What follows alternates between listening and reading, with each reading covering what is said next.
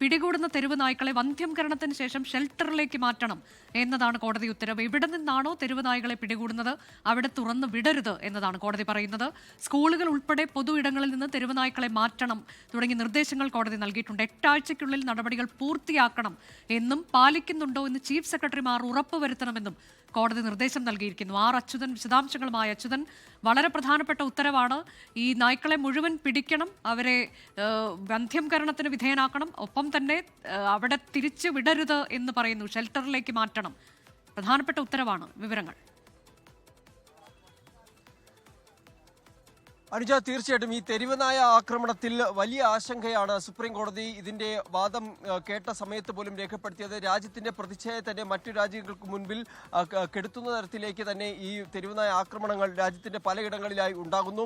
ഇന്ന് സുപ്രധാന നിർദ്ദേശവുമായിട്ടാണ് സുപ്രീം കോടതി ഈ ഉത്തരവ് ഇന്ന് പുറപ്പെടുവിച്ചത്. അതായത് ദേശീയപാത ഉൾപ്പെടെ ഉള്ള റോഡുകളിൽ നിന്ന് കന്നുകാലികളെ ഉൾപ്പെടെയുള്ള മൃഗങ്ങളെ മാറ്റണം എന്നുള്ളതാണ്.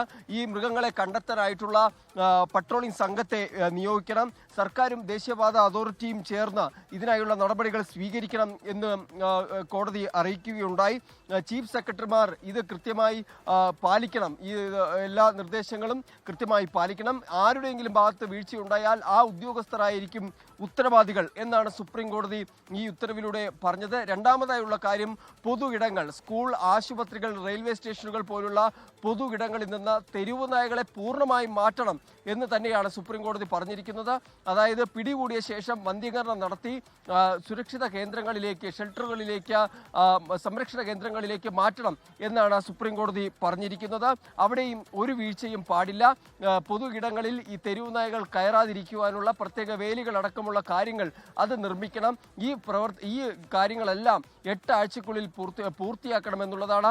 ഒപ്പം തന്നെ ഈ ദേശീയപാതയിൽ നിന്ന് അടക്കം ഈ മൃഗങ്ങളെ മാറ്റുന്നതുമായി ബന്ധപ്പെട്ട് 8 ആഴ്ചയ്ക്കുള്ളിൽ റിപ്പോർട്ട് സമർപ്പിക്കാൻ കൂടി സുപ്രീം കോടതി നിർദ്ദേശിച്ചിട്ടുണ്ട്. അങ്ങനെ വരുമ്പോൾ ഒരു സുപ്രധാന ഉത്തരവാണ് സുപ്രീം കോടതിയുടെ ഭാഗത്ത് നിന്ന് ഉണ്ടായിരിക്കുന്നത്. കാരണം നേരത്തെ സുപ്രീം കോടതിയുടെ ബെഞ്ച് ഒരു ഉത്തരവ് പുറപ്പെടുവിച്ചത് എല്ലാ തെരുവു നായകളെയും ഷെൽട്ടറിലേക്ക് മാറ്റണം. പക്ഷേ അത് പരിഷ്കരിച്ചുകൊണ്ട് പൊതു ഇടങ്ങളിൽ നിന്ന് തെരുവു നായകളെ മാറ്റണം എന്നുള്ളതാണ് സുപ്രീം കോടതി വരുത്തിയിരിക്കുന്ന ആ ഒരു മാറ്റം. പക്ഷേ അപ്പോഴും എല്ലാം മാറ്റി തെരുവു നായകളെയും പിടികൂടിയ ശേഷം വന്ധ്യീകരണം നടത്തി ഷെൽട്ടറിലേക്ക് മാറ്റണം. മറിച്ച് എവിടെ നിന്ന് പിടികൂടുന്നോ അവിടെ തുറന്നു വിടരുത്. അങ്ങനെ തുറന്നു വിട്ടു കഴിഞ്ഞാൽ ഈ ചെയ്യുന്ന പ്രവൃത്തികൾക്കൊന്നും ഫലമില്ലാതെ ആയി പോകും എന്നുകൂടി സുപ്രീം കോടതി ഈ വിഷയത്തിൽ നിരീക്ഷിക്കുന്നുണ്ട്.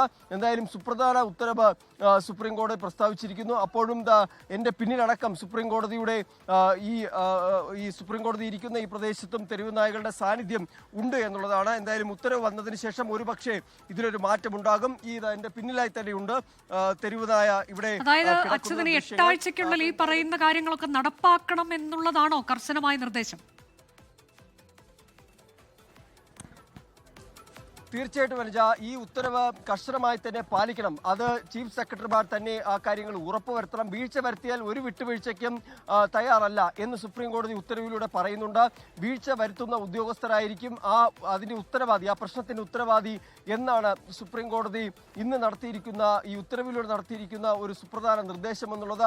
8 ആഴ്ചയ്ക്കുള്ളിലായിരിക്കണം ഈ നടപടികൾ പൂർത്തിയാക്കേണ്ടത്. അതിൽ ഒരു കാലതാമസവും വരുത്താൻ പാടില്ല. കാരണം ഇത് ഏറെ ആശങ്ക സൃഷ്ടിക്കുന്ന, ജനജീവിതത്തെ തന്നെ ബാധിക്കുന്ന ഒരു വിഷയമായി മാറിയിരിക്കുകയാണ് ഈ തെരുവുനായ ആക്രമണങ്ങൾ. അതുകൊണ്ട് തന്നെ അതിലൊരു വിട്ടുവീഴ്ചയ്ക്കും തയ്യാറല്ല എന്നാണ് സുപ്രീം കോടതി പറഞ്ഞിരിക്കുന്നത്.